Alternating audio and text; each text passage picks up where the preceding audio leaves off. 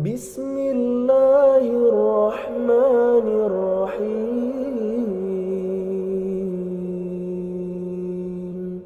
Ya, Bismillahirrahmanirrahim. Assalamualaikum warahmatullahi wabarakatuh. Alhamdulillahirrabbilalamin. Segala puji syukur kita panjatkan kehadirat Allah Subhanahu wa taala. Salat dan salam semoga selalu tercurah kepada junjungan kita Nabi Muhammad sallallahu alaihi wasallam beserta keluarga dan sahabatnya. Alhamdulillah malam hari ini berbahagia sekali kami dari alumni Stunika Mengaji bisa bersama Ustadz Firanda insya Allah akan membahas kajian yang akan membahas dahsyatnya ujub dan riya. Sebelumnya, Ustadz, kami ingin memperkenalkan diri. Saya Dr. Agung Setu Wibowo. Kami dari alumni Stunika Mengaji, dari alumni FKUI kelas internasional, yang sedikit berbeda dengan FKUI reguler, bahwa di FKUI kelas internasional ini ada satu program 1 tahun yang kita di Australia untuk gelar S1. Nah, setelah itu kami melanjutkan seperti biasa di RCM dan rumah sakit lainnya sama seperti FKUI yang lain. Mungkin hal ini ada yang belum tahu, saya ingin memperkenalkan Ustadz. Kemudian di kelas internasional sendiri juga ada beberapa bentuk kajian dan akhirnya juga sampai kepada alumninya. Jadi kami adalah alumni dari FKUI kelas internasional. Mungkin seperti itu perkenalan dari kami Ustadz. Selanjutnya saya ingin membacakan untuk peraturan dari kajian ini bahwa mohon untuk username menggunakan nama asli atau nama yang mudah dikenali. Mohon audio di mute selama kajian berlangsung dan bagi akhwat dimohon untuk menonaktifkan fitur videonya selama kajian berlangsung. Tanya jawab dilakukan setelah tausiah dari Ustadz dan pertanyaan dapat disampaikan pada kolom chat. Dihimbau untuk menyiapkan alat tulis untuk mencatat sehingga bertambah faedah dari ilmu yang disampaikan oleh Ustadz. Insya Allah malam hari ini topiknya sangat menarik sekali tentang dahsyatnya ujub dan riya, karena ini adalah topik yang sehari-hari tentang penyakit hati yang perlu kita ketahui dan mohon nasihatnya dari Ustadz. Tafadhol Ustadz. Bismillahirrahmanirrahim. Assalamualaikum warahmatullahi wabarakatuh.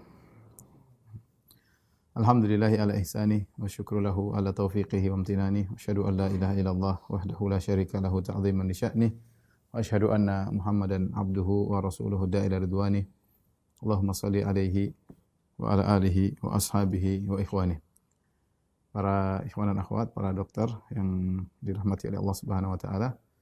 Pada kesempatan kali ini kita sama-sama membahas 2 penyakit yang berbahaya yang justru menyerang orang-orang yang salihin yang memiliki amal ibadah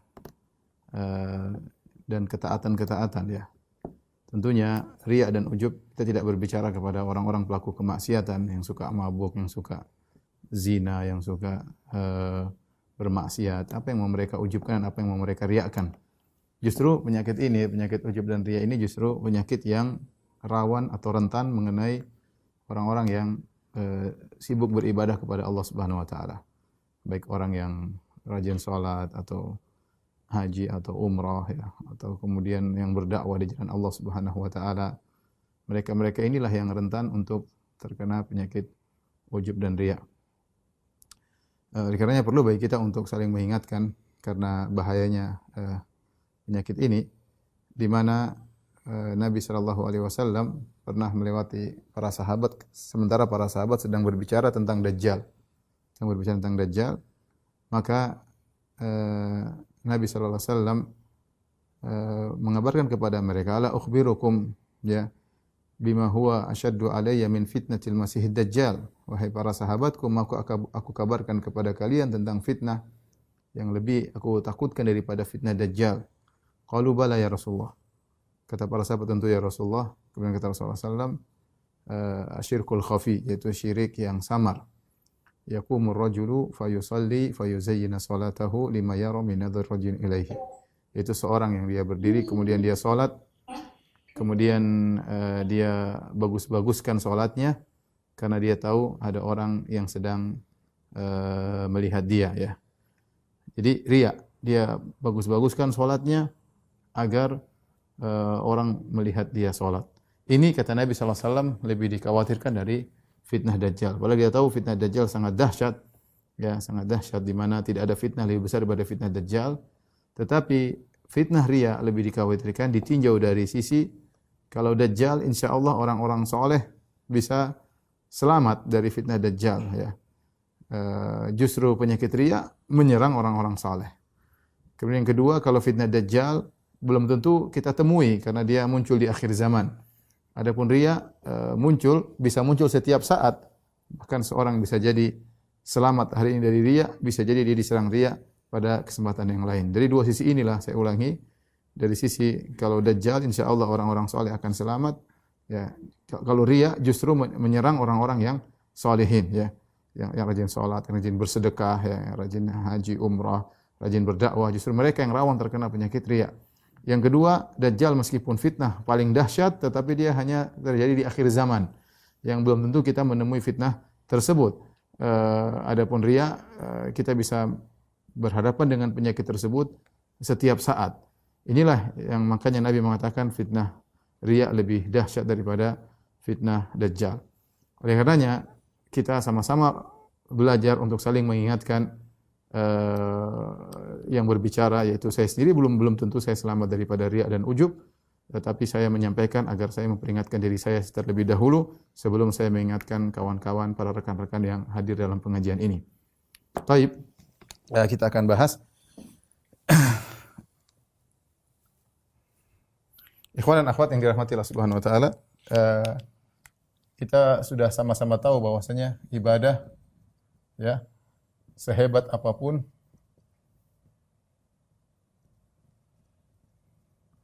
tidak diterima kecuali ikhlas. Kecuali yang ikhlas. Ya. Kalau tidak ikhlas maka tidak akan diterima. Wa ma umiru illa liya'budullaha mukhlishina lahuddin, kata Allah.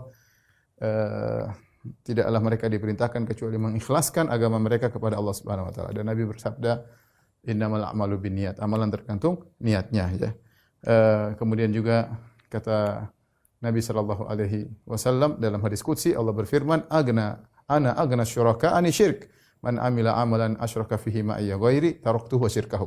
Aku adalah zat yang paling tidak butuh dengan syarikat. Barang siapa mengamalkan suatu amalan kemudian dia berbuat kesyirikan, dia mengambil dia riya, maka aku akan tinggalkan dia dan amalannya tersebut. Jadi seorang melakukan amalan sehebat apapun, mau bangun masjid misalnya 20 miliar, 50 miliar, mau berdakwah dengan follower sampai jutaan followers misalnya, atau mungkin dia haji setiap tahun dia haji, mungkin setiap bulan umrah ya, mau berbakti kepada orang tuanya ya, mau apapun amal yang sehebat apapun. Tapi kalau dia riya ya, tidak ikhlas, maka tidak diterima oleh Allah Subhanahu wa taala. Oleh karenanya kita akan bahas apa itu definisi ikhlas. Ikhlas itu apa ya? Definisi ikhlas. Ikhlas secara bahasa ya, lughatan, secara bahasa diambil dari khulusa. Ya, khulusa artinya murni. Murni ya. Kemudian dia kemasukan huruf hamzah menjadi akhlasa, artinya memurnikan. Murnikan. Dan dalam Al-Quran Allah sering menggunakan kata-kata khulusa seperti firman Allah Subhanahu wa taala, ya seperti firman Allah Subhanahu wa taala, wa inna lakum fil an'ami la ibrah. Ya. Nusqikum mimma fi butunihi min baini farsin wadamin labanan khalisan lisyaribin, khalisan sa'igan lisyaribin.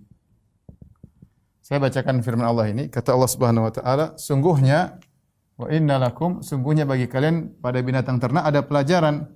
Nusqikum mimma fi butinihi, kami memberi kalian minum yang kami keluarkan dari perut hewan ternak tersebut, labanan khalisan, susu yang murni.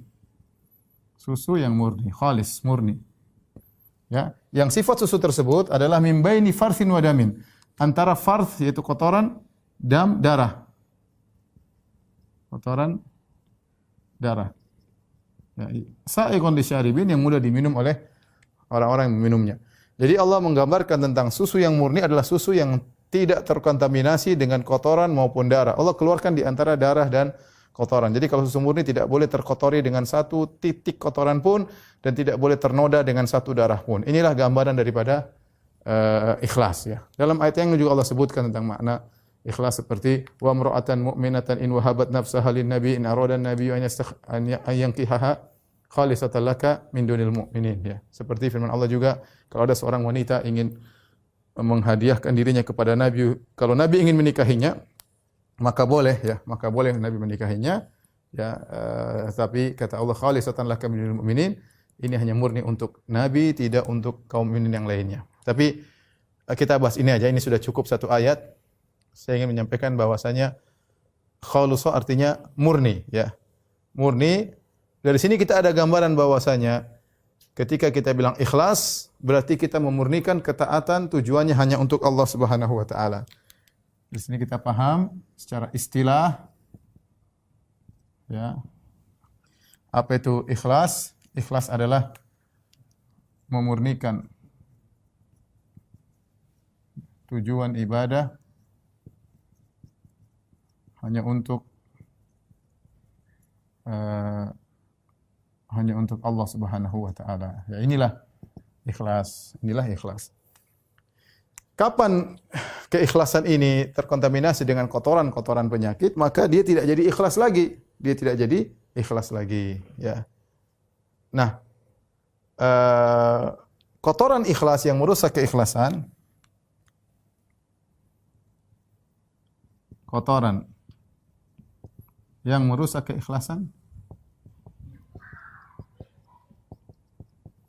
di antaranya ada dua, ini yang sedang akan kita bahas, yaitu riya dan ujub. Inilah dua kotoran yang kalau masuk dalam niat seseorang maka merusak keikhlasan. Yang menjadikan amalan tersebut tidak diterima oleh Allah Subhanahu wa taala. Karena Allah mensyaratkan kalau mau diterima amalannya harus murni karena Allah Subhanahu wa taala. Tidak mau ternoda meskipun sedikit pun. Ada orang ikhlas, ya, Ustaz, saya beribadah kepada Allah 90% untuk Allah, 10% untuk dipuji, tidak diterima. Karena Allah mau murni. Karena kalimat ikhlas artinya murni. Ustaz, saya beribadah kepada Allah 95% untuk Allah, tapi 5%-nya supaya saya dihormati. Sama, tidak diterima oleh Allah Subhanahu wa taala. Karena Allah hanya menerima ibadah yang ikhlas ya, yang bersih dari riya maupun ujub.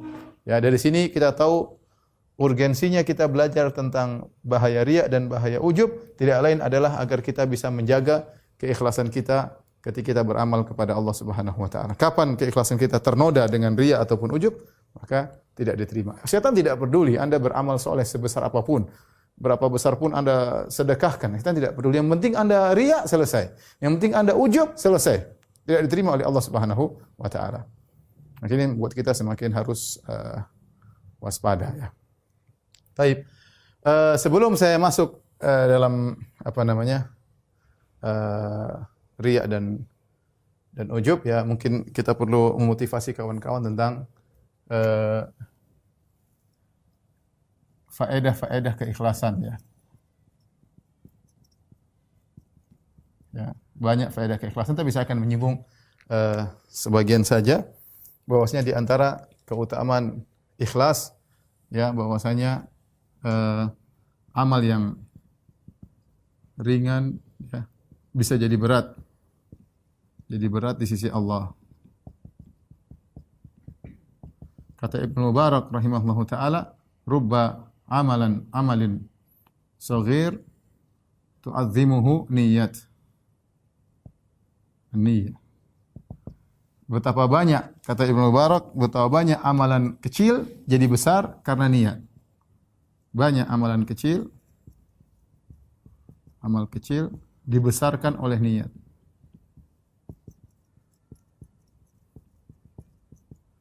Ini kata Ibnu Mubarak, ini perkataan yang benar. Sebaliknya, rubba amalin kabir tusaggiruhu niyat. Betapa banyak amalan besar jadi kecil gara-gara niatnya enggak benar. Ya, mungkin dia sumbang 1 miliar tapi ternyata niatnya macam-macam, amal tersebut jadi kecil di sisi Allah Subhanahu wa taala. Sebaliknya mungkin amal sederhana tapi dia ikhlas kepada Allah Subhanahu wa taala, luar biasa keikhlasannya, murni karena Allah, menjadi besar di sisi Allah Subhanahu wa taala. Dan dalil yang paling kuat akan ini tentang kisah seorang wanita pezina yang diampuni oleh Allah karena dia ikhlas.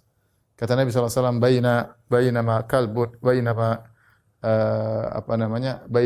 kalbun, tatkala ada seekor anjing, kemudian dia berputar-putar fi ruqiyah, yaitu sumur, ya, kehausan sampai dia menjulurkan lidahnya karena kehausan sambil menjilatkan lidahnya ke pasir karena saking hausnya. Di depan dia ada air namun dia tidak bisa minum. Idra'atuhu baghiyun min baghaya Bani Israil. Tiba-tiba ada seorang wanita pezina yang melihat anjing tersebut, maka dia pun kasihan sama anjing tersebut. Kemudian fanaza'at muqaha, maka dia pun turun ke sumur, dia lepas sepatunya atau sendalnya atau khufnya, kemudian dia isi air. Fasaqathu, kemudian dia minumkan anjing tersebut.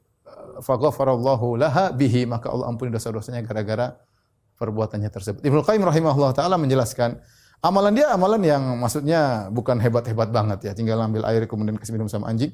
Tapi yang buat dia hebat adalah keikhlasan wanita ini. Wanita ini ketika dia melakukan amalan tersebut, ya, dia butuh kepayahan turun ke sumur, dan itu bukan pekerjaan perempuan, turun ke sumur kemudian ambil air.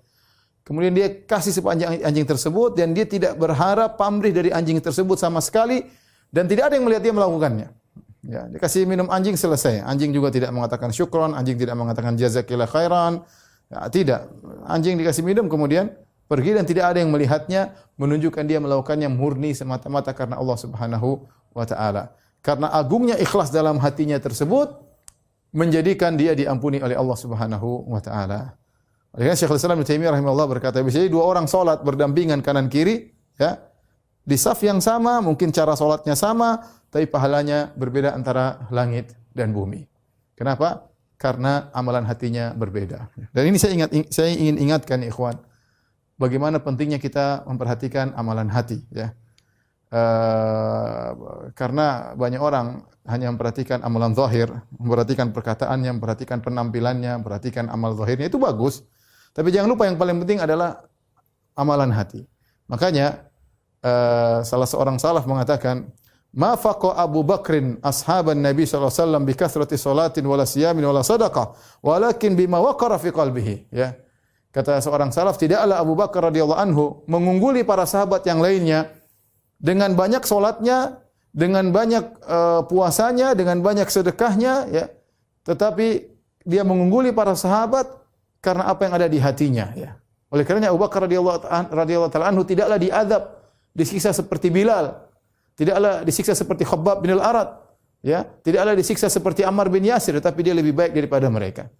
Tidaklah Abu Bakar kemudian terluka dalam jihadnya seperti apa yang menimpa Talha misalnya, apa yang menimpa Khalid bin Walid, apa yang menimpa sahabat-sahabat pejuang, namun dia lebih hebat daripada para sahabat-sahabat tersebut. Abu Bakar tidaklah meninggal dalam kondisi mati syahid sebagaimana terbunuhnya Umar bin Khattab radhiyallahu taala anhu, dibunuh ketika sedang menjadi imam salat subuh.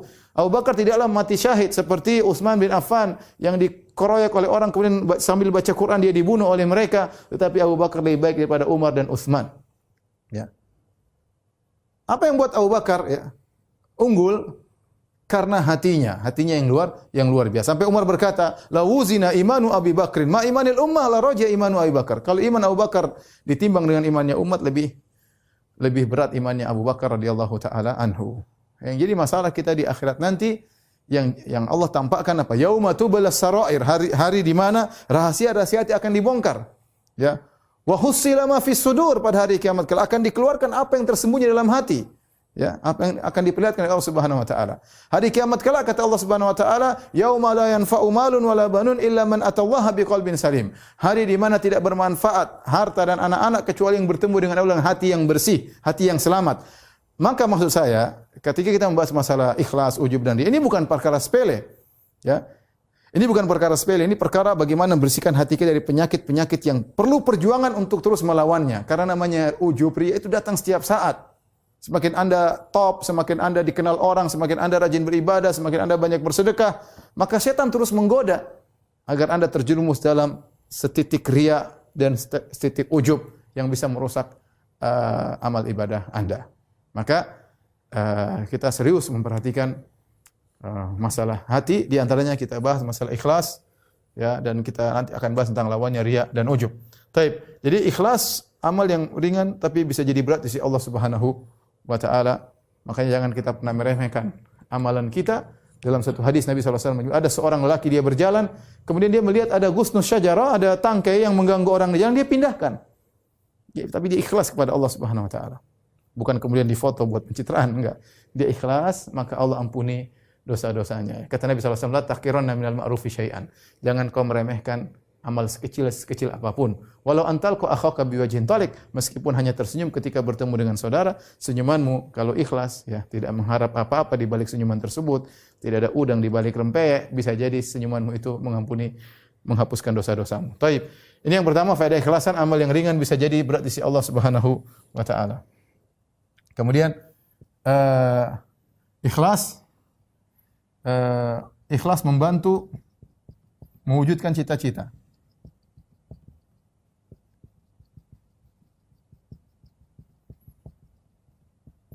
Dalam satu hadis ada seorang Arab Badui datang menemui Nabi SAW, kemudian dia membaiat Nabi untuk berjihad di jalan Allah Subhanahu wa taala. Kemudian dia ikut perang. Setelah dia ikut perang, kemudian Nabi mendapatkan ghanimah. Nabi panggil, "Mana si fulan? Ini ghanimah buat kamu." Kata dia, "Ya Rasulullah, aku datang ikut perang bersamamu bukan untuk ini ya Rasulullah. Tapi aku berperang tulus. Li ayyadkhul sahmu min hahuna wa yakhruj min hahuna." Aku ingin perang agar aku mati syahid. Agar anak panah masuk di sini, keluar di sini. Kata Nabi SAW, perhatikan. In tasduqillah yasdukka. Kata Nabi, kalau kau tulus, ikhlas, ucapan itu benar, maka Allah akan mengabulkan doamu. Kemudian terjadi peperangan, ternyata benar dia meninggal. Ternyata benar anak panah masuk lehernya, kemudian tembus di sebelah. Kata Nabi SAW, sadaqallah fasaddaqahullah. Dia tulus, dia ikhlas, maka Allah kabulkan permohonannya. Kita ini kadang-kadang kita banyak proyek ini, proyek kadang proyek dakwah, kadang kita kurang berhasil. Mungkin ada masalah dengan niat kita. Mungkin ada masalah dengan niat kita. Kalau kita tuluskan niat, karena Allah Maha Tahu dan itu baik bagi kita, insya Allah Allah mudahkan, ya. Makanya di antara sabda Nabi SAW, ista'inu ala qada'i hawaijikum bil kitman. Ya, carilah bantuan agar kalian bisa berhasil dalam mewujudkan tujuan kalian dengan menyembunyikan. Fa inna dha ni'matin mahsud, ya. Fa inna kulla dhi ni'matin mahsud, karena orang yang punya suatu kelebihan akan dihasati oleh orang yang lain. Di antaranya kalau kita sembunyikan, kita lebih ikhlas, ya. Kita lebih ikhlas. Oleh karenanya perbaiki niat, ya, agar kita diwujudkan cita-cita kita. Ada orang misalnya dia berusaha, saya ingin bekerja untuk berbakti pada orang tuaku, misalnya dia sungguh-sungguh ikhlas karena Allah kadang Allah mudahkan, ya. Allah mudahkan. Kenapa? Niat punya pengaruh. Kemudian di antaranya, ya, ikhlas memudahkan doa dikabulkan.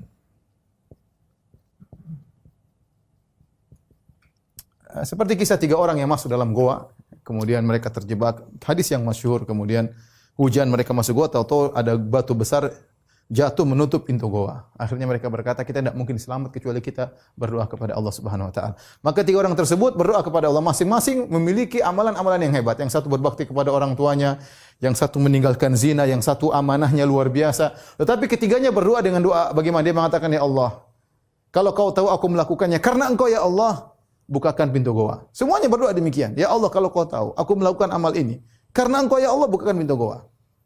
Artinya dia bertawassul dengan keikhlasannya kepada Allah Subhanahu wa taala, maka akhirnya Allah bukakan pintu goa, akhirnya mereka keluar dari goa tersebut, ya. Ya. Kemudian di antaranya ikhlas memudahkan seorang selamat dari fitnah. Di antaranya para ulama berdalil dengan kisah Nabi Yusuf alaihissalam yang digoda dengan Zulaikha dengan fitnah yang luar biasa. Sudah kita sering sampaikan dalam pengajian-pengajian kita. Wanita cantik dalam kamar, tidak ada yang lihat, ya. sampai syahwat sudah tergerak, tapi kemudian Allah selamatkan. Kata Allah, innahu min ibadinal mukhlasin. Sungguhnya Yusuf itu kami selamatkan. Kenapa? Innahu min ibadinal mukhlasin. Karena dia adalah hamba yang terpilih. Dalam sebagian qiraah, innahu min ibadinal mukhlisin. Karena dia adalah hamba yang ikhlas kepada Allah Subhanahu wa taala. Kalau dia ikhlas, maka Allah selamatkan dia di waktu-waktu genting. Kenapa selama ini dia selalu ingat Allah? Dia beribadah ingat Allah, dia sedekah ingat Allah, semuanya karena Allah. Dia menulis karena Allah, dia berkomentar karena Allah. Maka ketika dalam kondisi-kondisi genting, Allah selamatkan dia. Kata Allah, innahu min ibadinal mukhlisin. Karena dia adalah hambaku yang ikhlas ya kepada Allah Subhanahu wa taala. Ini di antara faedah-faedah keikhlasan ya. Yang terakhir mungkin sampaikan yaitu orang yang ikhlas mudah meraih syafaat Nabi sallallahu alaihi wasallam sebagaimana sudah kita bahas pada pertemuan kemarin dalam syarah akidah Al-Wasithiyah. Yang menunjukkan ibadah ikhlas adalah ibadah yang sangat agung ya. Syiar orang ikhlas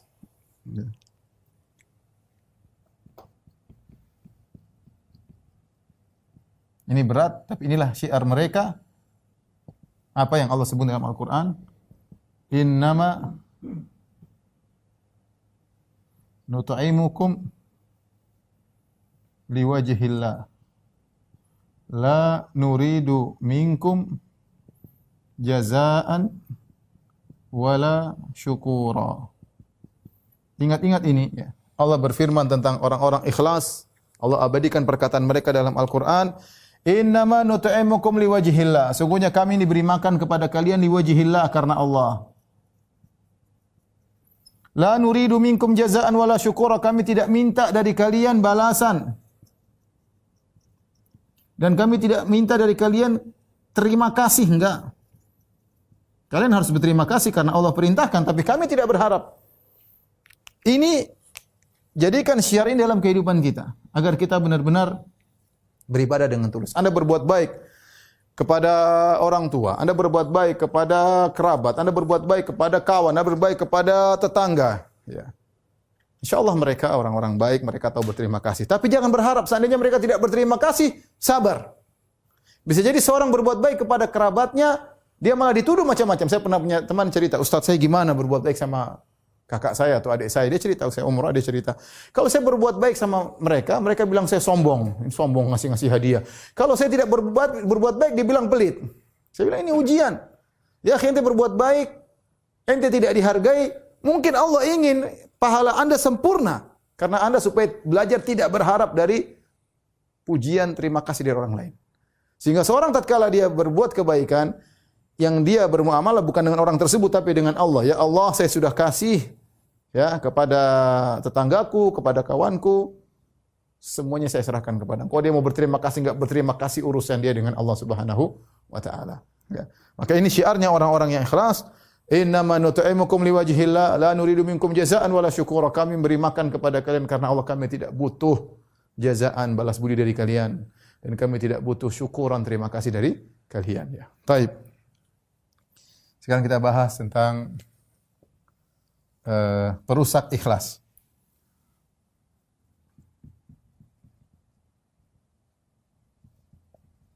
Ya, kita bagi dua, riya dan ujub. Ya, riya dan ujub. Riya secara bahasa diambil dari ru'ya, dari ro'a, melihat. Kemudian menjadi ro'a ya. Ro'a, yura'i, mura'at dan riya'an. Kalau ru'ya artinya melihat. Kalau ini artinya memperlihatkan. Jadi riya itu artinya memperlihatkan amal soleh. Riya sama dengan memperlihatkan amal soleh. Jadi riya artinya memperlihatkan amal soleh.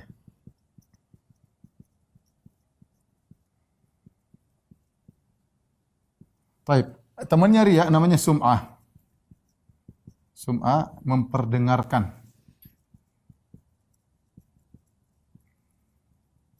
memperdengarkan amal soleh. Sama, hukumnya sama antara riya dengan sum'ah, antara riya dengan sum'ah. Jadi seorang beramal soleh untuk pencitraan agar dia diakui, agar dia dihormati, itu namanya riya. Ya. Riya. Taib. Ikhwan dan akhwat yang dirahmati oleh Subhanahu wa taala, ya. Kenapa orang sulit terhindar dari riya atau kenapa orang suka dengan riya? Karena riya itu mendatangkan kelezatan, ya. Bayangkan kalau dihormati orang, kemudian disanjung-sanjung orang, diketahui orang. Kan, makanya kenapa kita ingin cerita amal soleh kita? Agar orang tahu kita ini orang hebat. Agar dia hormat sama kita, agar dia mengagumi kita, agar dia pandang kita. Ya. Dan itu disebut oleh Syekhul Islam Ibnu Taimiyah rahimahullah dengan syahwatun khafiyah, ingin terkenal, ingin diakui. Itu namanya syahwat yang tersembunyi. Ya. Sebagaimana lelaki punya syahwat kepada wanita, sebagaimana orang lapar punya syahwat terhadap makanan, demikian juga orang punya syahwat untuk dikenal, punya syahwat untuk dikenal, ya, untuk diakui, untuk dihormati, ya. Sampai seseorang bisa mengorbankan jiwanya demi untuk diakui. Sebagaimana dalam hadis tentang 3 orang pertama kali di azab di neraka jahanam, di antaranya orang yang perang karena riya, orang yang jadi ustadz karena riya, dan orang yang berdermawan karena riya, ya. Ketika dia dihadirkan yang mati syahid, maka Allah bertanya, "Wa ma amilta fiha?" Apa yang kau lakukan dengan amal kenikmatan-kenikmatan yang aku berikan kepadamu? Kata dia, "Qataltu fika hatta stushhid." Aku perang karena engkau ya Allah sampai aku mati syahid. Kata Allah, "Kadzabta." Engkau dusta. "Walakin qatalta liyuqal annaka jari." Tapi kau berperang supaya kau dikatakan pemberani. Wa qad qil, dan telah dikatakan. Maksudnya saya sampai menakjubkan hadis ini. Bagaimana seorang rela mati yang penting dia terkenal. Yang penting dia dihormati oleh orang. Makanya ketika ada seorang sahabat bertanya, "Rasulullah, rajulun qatala syaja'atan." Ada seorang berperang karena keberaniannya. Rajulun qatala ghadbanan. Ada seorang berperang karena ngamuk ya Rasulullah, marah-marah. Rajulun qatala hamiyatan. Seorang berperang karena ingin membela sukunya. Rajulun qatala liyuzkar. Ada seorang berperang supaya dikenang. Rajulun qatala liyura makanahu. Ada seorang berperang supaya orang tahu kedudukan dia. Ini kebiasaan orang jahiliyah dahulu. Kalau mereka berperang, mereka pakai sorban khusus, warna khusus, atau pakai benda khusus supaya orang lihat, oh si fulan, supaya kelihatan jagoannya ketika dia bertempur. Jadi ada orang berperang liyuzkar supaya dikenang. Ada orang berperang liyura makanahu, agar diketahui. Ayu zalika fi sabilillah. Siapa di antara mereka yang berperang di jalan Allah? Kata Nabi, "Man qatala litakuna kalimatullahi al-ulya fa huwa fi sabilillah." Siapa yang berperang agar meninggikan kalimat Allah, itulah yang fi sabilillah. Adapun untuk ini, untuk itu, untuk ini, semuanya bukan fi sabilillah. Dalam sebagian riwayat diriwayatkan Nabi bersabda, "Rubba qatilin baina saffain, Allahu a'lamu bi niyatihi." Betapa banyak orang yang tewas di medan pertempuran, Allah lebih tahu tentang niatnya. Allah lebih tahu tentang niatnya. Saya ingin menggambarkan kenapa riya ini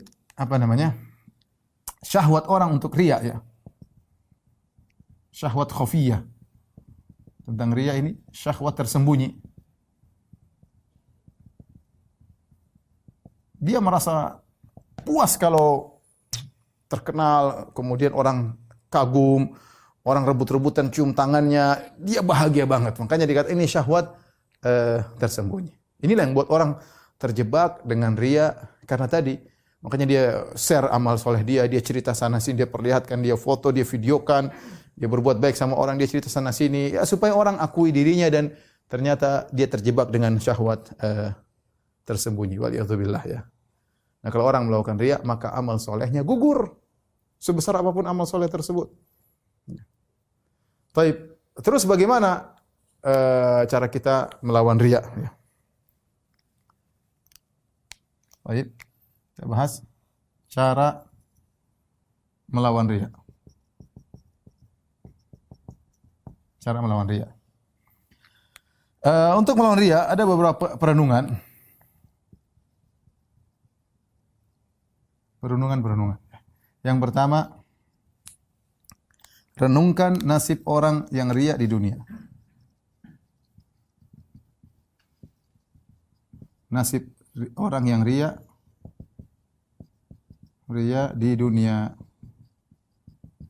Yang kedua, renungkan nasibnya di akhirat.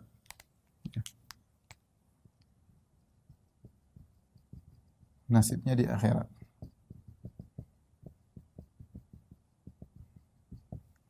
Kemudian yang ketiga, renungkan ya, renungkan hakikat manusia yang kau harapkan ujiannya.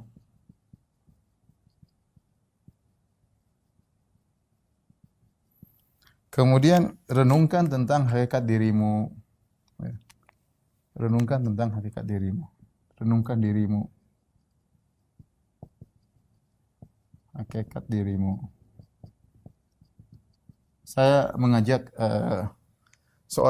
kita sama-sama merenungkan tentang 4 perkara ini agar kita bisa terhindar dari riya. Jadi cara pertama melawan riya adalah melakukan perenungan-perenungan. Pertama, bagaimana tentang nasib orang yang riya di dunia? Orang yang riya di dunia, dia menderita. Kenapa? Kebahagiaannya dia gantungkan kepada netizen ya. Kapan netizen banyak dia bahagia, kapan netizen tidak banyak dia sedih. Kapan netizen mencelanya dia sedih, kapan netizen memujinya maka dia pun bahagia luar biasa, terbang ke sana sini ya luar biasa karena followernya banyak ya, seperti itulah ya. Dan orang seperti ini ya, kalau dia riya maka dia sengsara. Ya, bayangkan kalau orang sudah bikin ceramah atau nulis status atau posting sesuatu, dia ingin lihat bagaimana komentar orang-orang yang mengomentari. Kalau ternyata banyak yang like, dia bahagia. Kalau ternyata tidak ada yang like, waduh, dia ulang lagi postingannya, siapa tahu enggak ada yang gitu. Jadi kalau ada yang like pun muji dia, kalau pujiannya kurang wow, dia pun menderita. Adapun orang ikhlas, dia paling bahagia. Dia tidak perlu dengan komentar manusia. Makanya di antara definisi ikhlas ada sebagian salaf mengatakan, apa itu ikhlas? Ikhlas adalah nisyanu ru'yatil khalq bidawamin nazar ilal khaliq. Nisyanu ru'yatil khalqi bidawamin nazar ilal khaliq. Apa itu ikhlas? Melupakan komentar manusia karena terlalu sering mengingat Allah Subhanahu wa taala. Sering memandang kepada Allah sehingga lupa dengan komentar manusia. Yang dipikirkan, ya Allah, apakah amalan saya sudah baik ya Allah? Apakah kau menerima amalanku ya Allah? Apakah saya sudah menjalankan sunnah-sunnah? Apakah saya sudah ikut prosedur dalam beramal soleh? Itu yang dipikirkan. Sesuai sunnah atau tidak? Sampai saking dia selalu sibuk memikirkan Allah Subhanahu wa taala, dia sampai lupa dengan komentar-komentar manusia. Adapun orang yang riya kebalik, yang dia adalah komentar manusia. Selalu ya, komentar manusia yang dia lihat ya. Oleh karenanya seorang ya jangan sibuk dengan komentar manusia, kebahagiaan Anda bukan pada netizen kata orang ya. Tapi kebahagiaan di tangan Allah Subhanahu wa taala. Orang yang riya dia menderita. Bayangkan kalau dia ingin pencitraan harus siapkan tim dan sana sini. Ternyata sudah habis-habisan, sudah sewa tim, sudah sewa sahafiyin, wartawan dan yang ternyata enggak ada yang muji misalnya, ternyata followernya enggak nambah, ternyata ratingnya enggak naik. Waduh. Sakit hati luar biasa.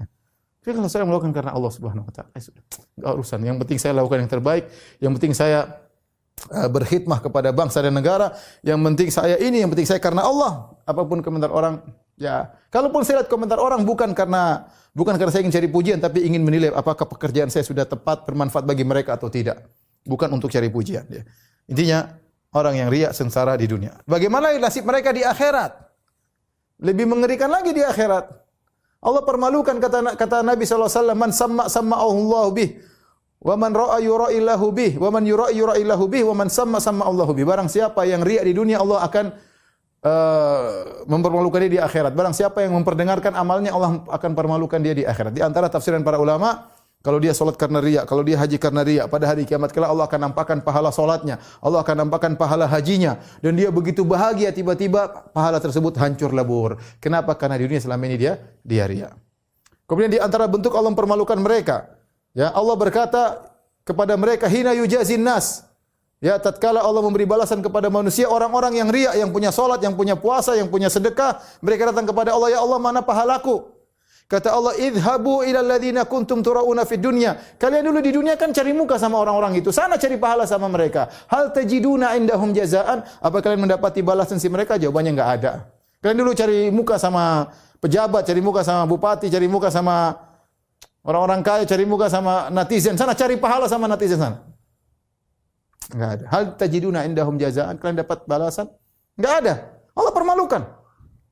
Setelah Allah permalukan, Allah azab mereka. Awwalu man tusa'aru bihimun nar salasa. Orang yang pertama kali dinyalakan api bagi mereka 3 orang kata Nabi sallallahu alaihi wasallam. Yang pertama siapa?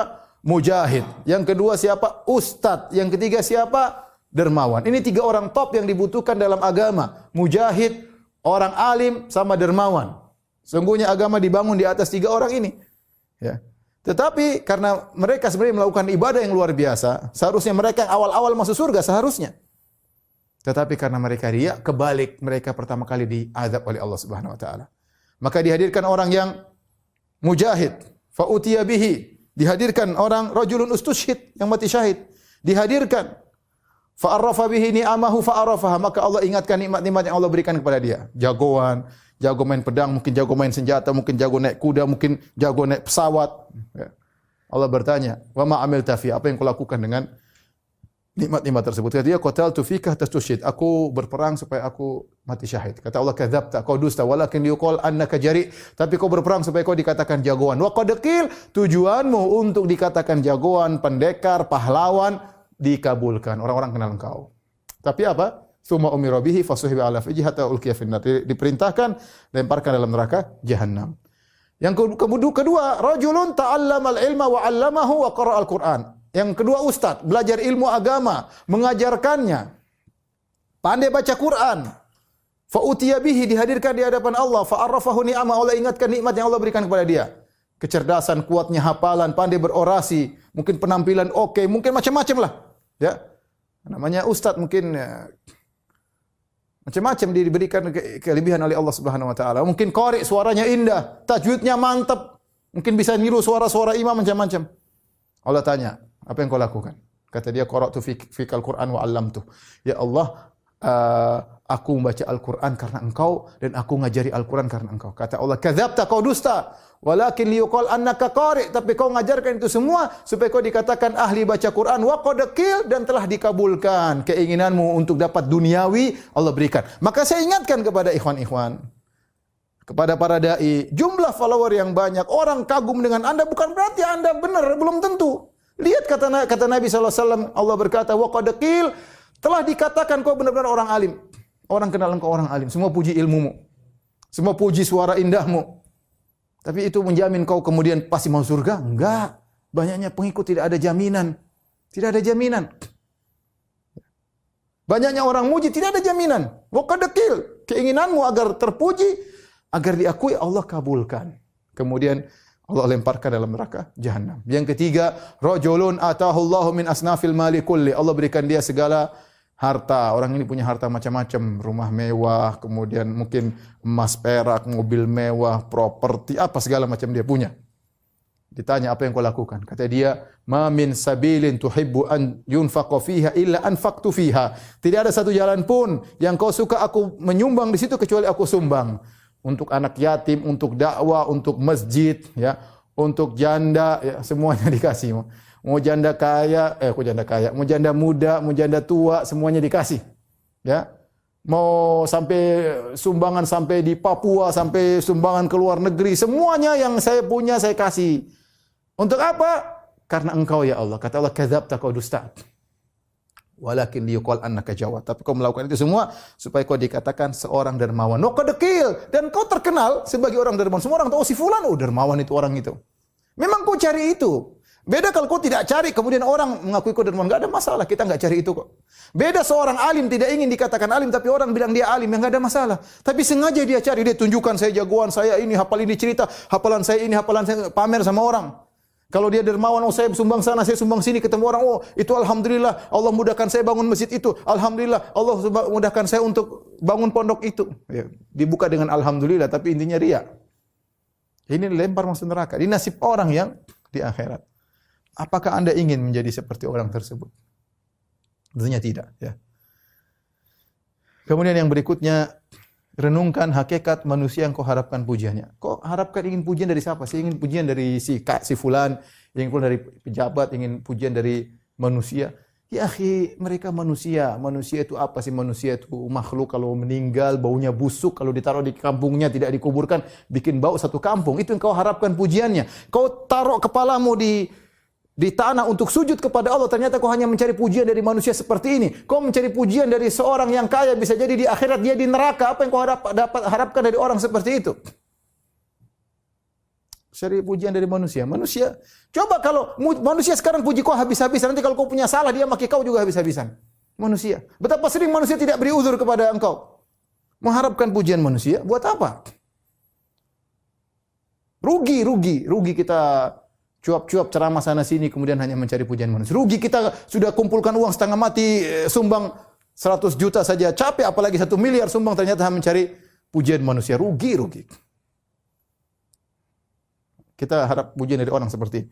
Kemudian terakhir, renungkan tentang hakikat dirimu. Percuma kau dipuji orang. Apa kata Muhammad bin Wasi'? Lau kana lidzunub ma jalasa ilayya ahad. Lau kana lidzunubi rih ma jalasa ilayya ahad. Kalau seandainya dosa-dosa itu ada aromanya, tidak seorang pun akan duduk dengan saya. Orang muji-muji kita, percuma, tidak akan mengangkat derajat kita. Balil insanu ala nafsihi basirah. Manusia lebih tahu tentang dirinya. Mau dipuji orang satu dunia, tidak akan merubah hakikat dirinya. Dia malas, dia tahu. Dia malas sholat malam, dia tahu. Dia tidak menjaga pandangannya, dia tahu. Dia masih suka gibah orang, dia tahu. Dia tahu bahwasanya dia kurang berbakti sama orang tuanya. Dia tahu dia tidak begitu sayang sama istrinya. Dia tahu dia tidak perhatian sama anaknya. Banyak kekurangannya. Kumpul orang satu dunia puji, percuma. Ya. Apakah mengangkat derajat Anda di sisi Allah? Enggak sama sekali. Sudah, jangan cari pujian orang. Engkau lebih tahu tentang dirimu. Lebih tahu tentang dirimu. Taib. Ini di antara cara kita melawan riya. Yang kedua, perempuan kita berdoa, jangan lupa berdoa. Berdoa di antara doa yang diajarkan oleh Nabi sallallahu alaihi wasallam. Allahumma inni a'udzubika an usyrika bika syai'an a'lamuhu wa astaghfiruka lima la a'lamu. Itu doa, antum bisa cari nanti di internet, insyaallah ada doa agar terhindar dari riya. Allahumma inni a'udzubika an usyrika bika syai'an a'lamuhu wa astaghfiruka lima la a'lamu, ya. Jadi berdoa agar kita dihindarkan dari riya. Ya Allah, aku berlindung kepada Engkau dari kesyirikan yang aku sadari dan dari kesyirikan yang aku tidak sadari. Ya akhi, kita kalau riya, saya rasa kita ngerti kita sedang riya. Kalau kita mau benar-benar memeriksa, tatkala kita beramal ingin dipuji, kita tahu ada sinyal kasih tahu kau sedang riya, tapi kita nekat aja terus. Kenapa? Ada syahwat ingin kita lampiaskan, syahwat dikenal, syahwat dihormati, syahwat disanjung, ya. Syahwat ingin diketahui siapa saya. Ya. Akhirnya kita labrak itu sinyal yang ada dalam hati kita. Padahal betapa sering kita sadar kita sedang riya. Ya. Terkadang kita terjerumus dalam riya, kita tidak sadar. Maka semoga Allah mengampuni dosa-dosa kita. Ya, riya yang kita sadari maupun tidak kita sadari. Kemudian di antaranya, ya, ketika dipuji juga berdoa. Bagaimana doanya sahabatnya? Allahumma la tu'akhidni bima yaqulun waghfir li ma la ya'lamun waj'alni khairan mimma yadhunnun. Yang artinya ketika orang puji kita berkata, Allahumma la tu'akhidni bima yaqulun. Ya Allah, jangan kau siksa aku atas perkataan mereka. Waghfir li ma la ya'lamun. Ampunilah aku atas apa yang mereka tidak tahu. Mereka puji-puji, mereka tidak tahu siapa saya. Waj'alni khairan mimma yadhunnun. Jadikan aku lebih baik daripada apa yang mereka persangkakan. Dengan kita ucapkan doa itu, kita jadi tahu diri siapa kita. Ya. Jadi kita ini siapa ya? Kita bersyukur alhamdulillah Allah memberi kita kesempatan untuk bisa punya sumbangsih untuk Islam. Kita punya waktu untuk Islam, untuk kita sendiri sebenarnya. Ya.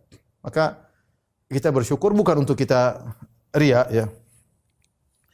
Kemudian di antara caranya adalah berusaha menyembunyikan amalan. Latih diri kita menyembunyikan amalan, ya. Latih. Apapun kita lakukan enggak usah cerita sama orang. Diam, ya. Mungkin setan gatal menggelitiki cerita, enggak usah cerita. Sudah. Enggak usah, oh, saya pernah begini, enggak usah lah. Itu penyakit. Ya, mungkin kita cerita, Ustaz saya cerita untuk memotivasi. Oke, lama-lama jadi riya. Oh, bukannya saya sombong. Oh, bukannya saya ini. Akhirnya jadi riya, kita enggak sadar. Kita nih hati lemah. Kalau tahu hati kita lemah, jangan dibuka celahnya untuk setan agar menggoda hati kita.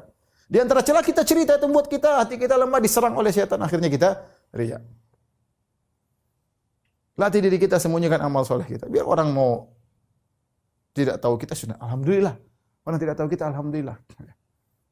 Ya udah, yang tahu cuma Allah. Latih diri kita. Kata Nabi SAW, "Man istata'a minkum an yakuna lahu khabi'atun min amalan salih falyaf'al." Barang siapa dari kalian mampu punya amal soleh tersembunyi, maka lakukanlah. Baik, kita selesai dari riya. Sekarang kita bahas mengenai ujub. Ujub, ya. Jadi kalau riya itu mensekutukan Allah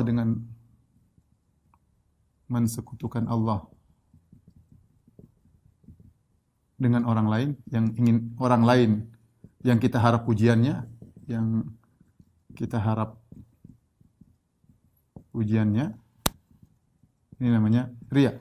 Kalau ujub, mensekutukan Allah dengan diri sendiri.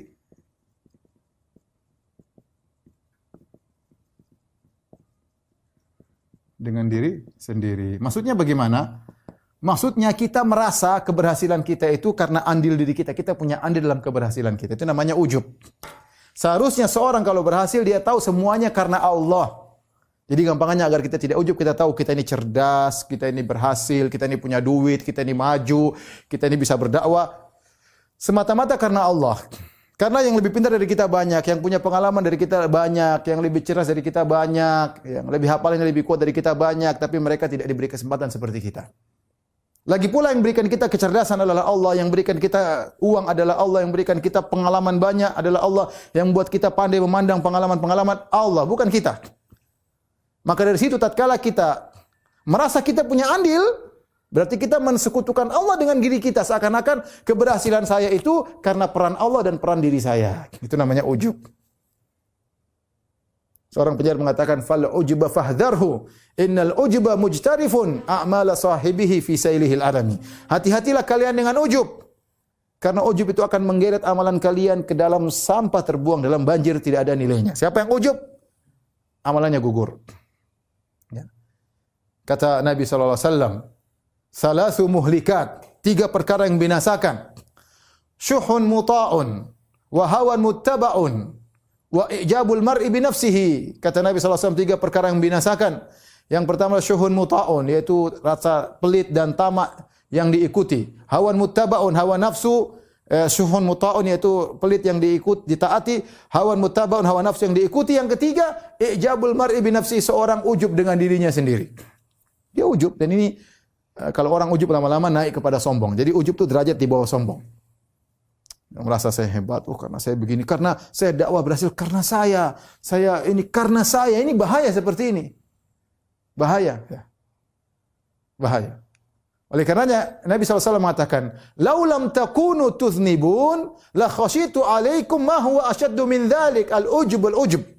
Kata Nabi, kalau kalian tidak berdosa, aku khawatir kalian tertimpa dengan penyakit yang lebih berbahaya, yaitu ujub-ujub. Kenapa lebih berbahaya daripada dosa? Karena kalau orang dosa, dia masih mau mohon ampun karena dia tahu dia bersalah. Tapi orang ujub, dia tidak merasa bersalah, dia justru merasa dia orang soleh. Oh, saya tidak pernah dosa, oh saya tidak seperti mereka.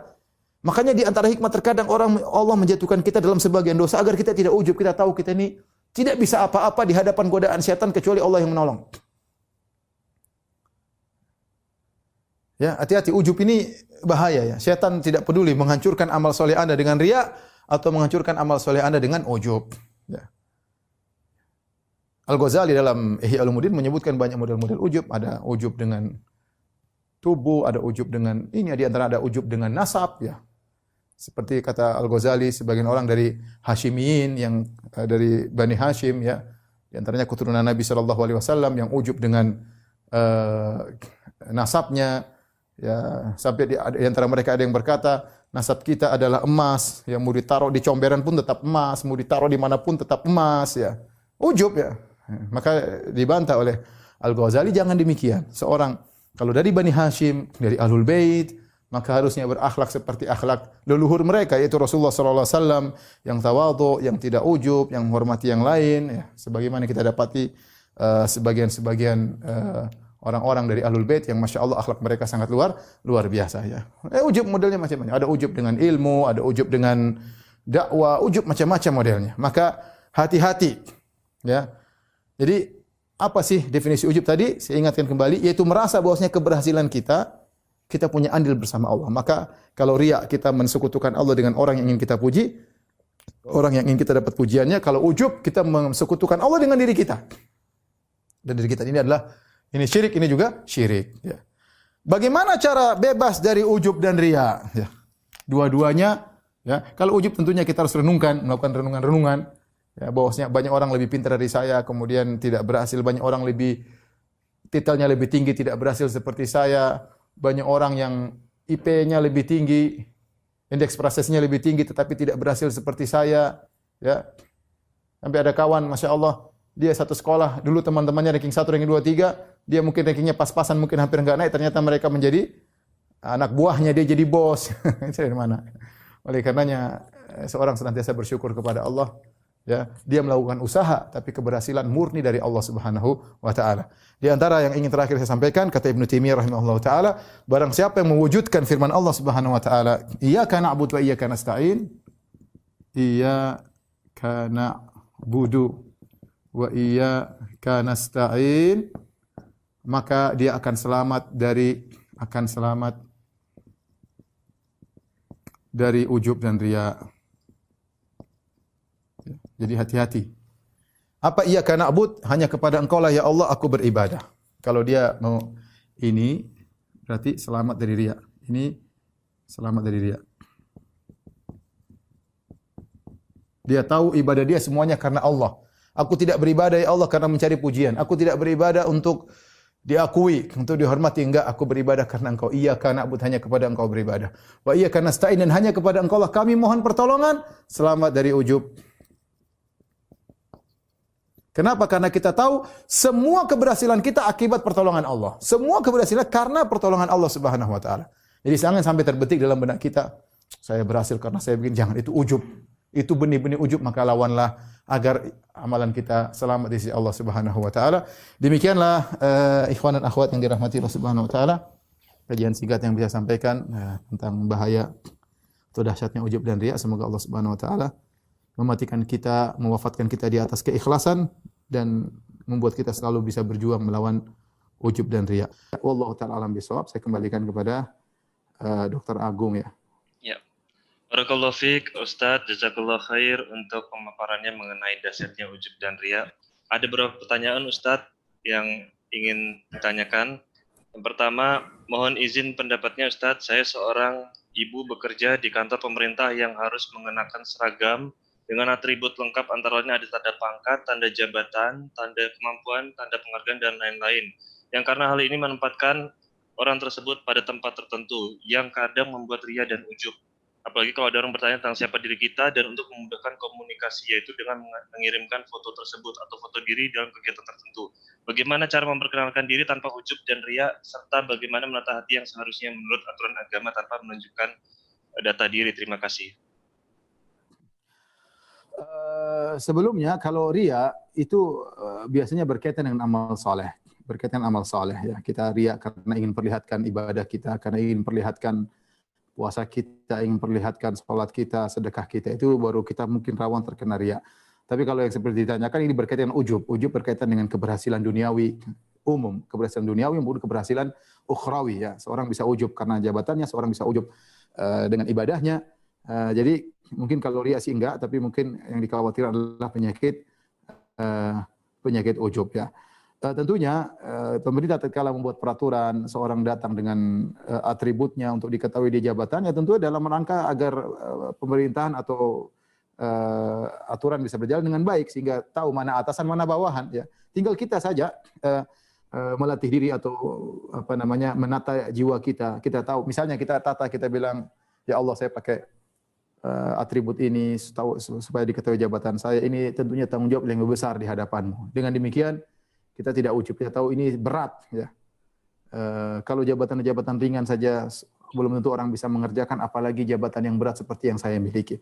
Dengan kita ingat tersebut, kemudian kita juga ya Allah saya bekerja ini karena Engkau ya Allah, ya semoga saya bisa berkhidmat kepada bangsa dan negara. Misal jangan seperti itu, mudah-mudahan kita bisa lawan ujub ya.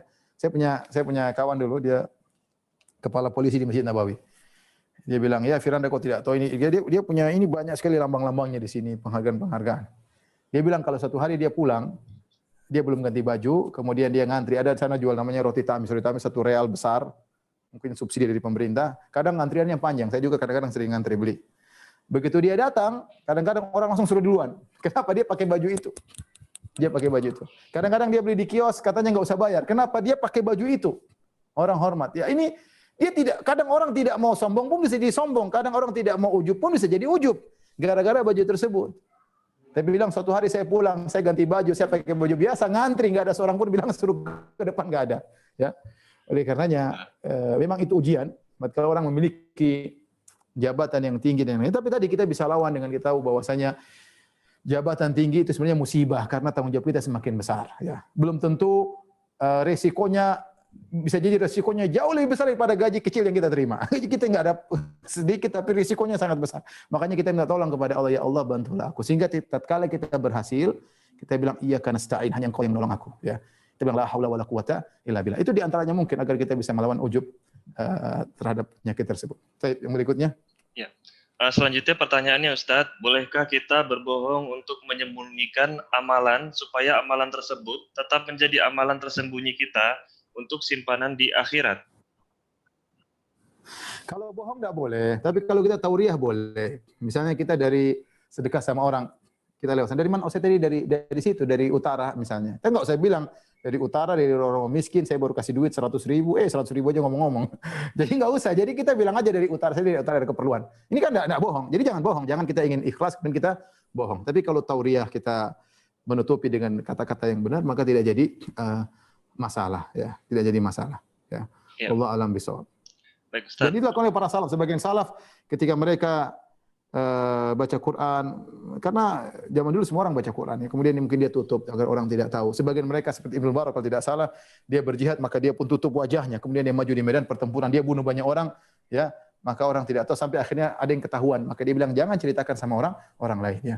Bukan kemudian berjihad supaya diposting foto, kemudian foto kemudian agar pamer sama orang. Tentunya ini membuka pintu-pintu riya, ya. Wallahu alam bisawab. Ya, Ustadz, pertanyaan selanjutnya ini terkait juga dengan kita sehari-hari ada di media sosial juga. Bagaimana Ustadz kalau terkait promo bisnis atau promosi kegiatan sosial? Bagaimana caranya supaya terhindar dari ujub dan riya?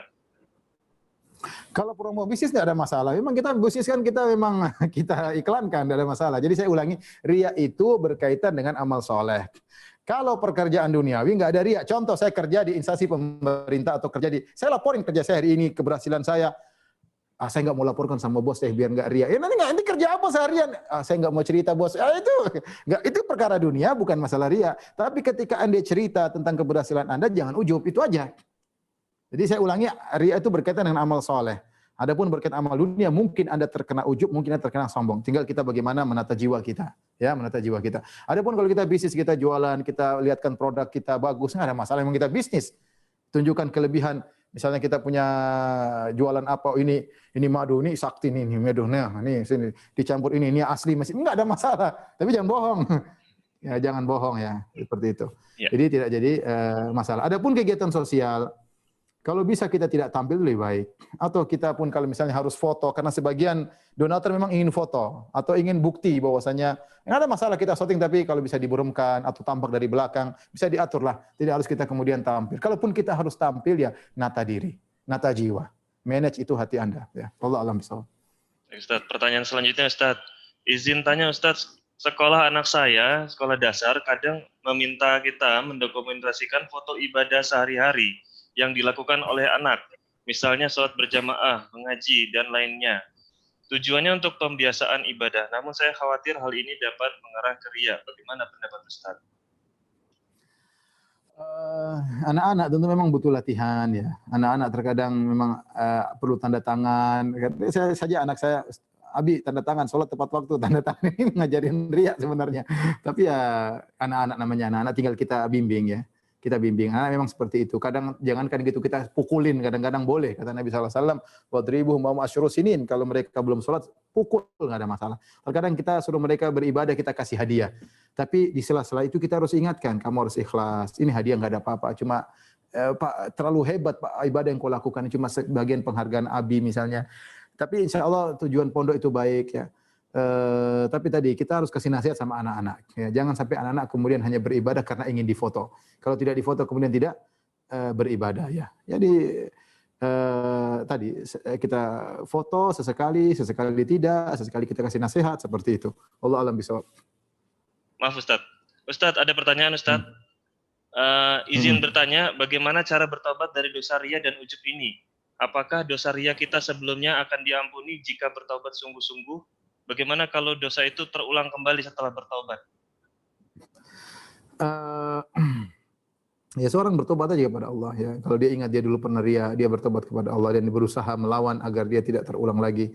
Kalau seorang bertobat dengan tobat yang benar, niscaya Allah akan ampuni. Mau ria, mau ujub, yang penting dia benar-benar bertobat kepada Allah dan bertekad tidak mau mengulangi lagi. Kapan dia ulang, segera dia bertobat kembali. Kita tahu namanya manusia ya, memang untuk menjadi seorang ikhlas tidak mudah ya. Kita masih ingin dipuji, kita masih ingin diakui, kita masih ingin dianggap sebagai orang sensi, tidak disenyumin saja sensi, tidak diucapkan terima kasih sensi, manusia seperti itu. Makanya kita lawan sampai kita bersihkan hati kita dari penyakit tersebut. Kapan kita terjerumus, segera bertobat kepada Allah Subhanahu wa taala. Allah Maha penerima taubat. Tapi Mas Agung, boleh 2 pertanyaan lagi? Ya, boleh Ustaz. Okay. Ada pertanyaan Ustaz. Apakah men-share kajian agama ataupun hadis berupa bentuk ujub ataupun ria, meski niat kita untuk mengingatkan diri kita dan saudara-saudara muslim dan muslimah kita, bagaimana caranya mengingatkan orang tua kita yang melakukan ria atau ujub? Apakah cukup mendoakan agar Allah beri hidayah atau ada cara lainnya Ustaz? Enggak, kita ngomong. Misalnya orang tua kita cerita sana sini, setiap ketemu orang, oh kalau saya sedekah sana sini, kita nanti berdua duduk sama mama atau bapak. Mami, kayaknya Mami jangan cerita gitu dong, tahu saya Ustadz bilang nggak boleh seperti itu Mami. Kenapa gini-gini? Mami nggak ria? Iya Mami mungkin nggak ria, cuma saya khawatir aja Mami. Mami memang ikhlas, tapi saya khawatir Mami. Bilang gitu ke saya. Kita harus ngomong, jangan kita cuma doain aja. Doain plus kita ngomongin. Itu orang tua kita. Kita tidak ingin amalan orang tua kita gugur di akhirat. Kita ingin orang tua kita mau surga, di surga setinggi-tingginya. Maka kita ngomongin dengan cara-cara yang terlembut, yang baik. Tapi yang terakhir. Ya. Oke, ini Ustaz. Ini yang terkait dengan ibadah Ustaz. Tadi juga ada yang bertanya tentang sholat. Dan untuk menjaga keikhlasan pada saat sholat supaya tidak ria bagaimana. Dan ini juga ketika membaca Al-Quran bersuara lantang atau besar Ustaz. Di depan orang tua atau orang banyak. Apakah itu termasuk ria? Jadi begini, kita kan punya kaidah. Tidak boleh kita meninggalkan amal soleh karena takut ria. Tidak boleh, kita harus lawan. Jadi kita harus biasakan diri. Misalnya gini, antum bawa Al-Quran. Sudah biasakan diri aja kalau di pesawat baca Quran. Pertama ria nih, cuek aja. Ria ya sudah, setan aja, ini setan, lawan. Besok lagi lama-lama sudah terbiasa, nggak ada ria-ria lagi karena kita sudah terbiasa. Biasanya kita takut ria karena tidak biasa. Kalau kita mau tunggu baca Quran, mau orang hilang kapan? Mau masih berjam-jam lagi kita baru pulang ke rumah. Ya mumpung ada waktu, kita mau di bandara, mau di pesawat baca Quran sekalian syiar. Niat kita karena Allah Subhanahu wa taala. Tinggal kita perbaiki diri kita ya. Sama kalau kita lagi mungkin di rumah orang, kita pingin sholat tahajud, sudah sholat tahajud aja. Ada pesan kamu ria, udah cuekin, lawan. Ya Allah, saya ini lakukan ini karena Engkau ya Allah ya. Biar setan jengkel. Bilang itu, pokoknya kita bismillah, sholat, lama-lama kalau terbiasa orang, kita jadi biasa ya. Kita jadi biasa. Jadi memang harus dilawan. Ya, kalau bisa kita sembunyikan amal soleh, sembunyikan. Kalau memang kondisi tidak memungkinkan, kita di rumah orang sampai siang, kapan mau sholat duha, ya sudah sholat aja di rumahnya. Bismillah, nggak ada masalah. Ya, wallahu alam bisawab. Demikian saja Mas Agung dan rekan-rekan sekalian, kajian kita pada kesempatan ini. Kurang lebihnya saya mohon maaf. Semoga Allah menganugerahkan kepada kita keikhlasan dan semoga Allah mengampuni dosa-dosa kita karena riya dan ujub. Wabillahi taufiq wal hidayah. Assalamualaikum warahmatullahi wabarakatuh. Waalaikumsalam warahmatullahi wabarakatuh. Barakallahu fikum Ustaz. Terima kasih, jazakallahu khair.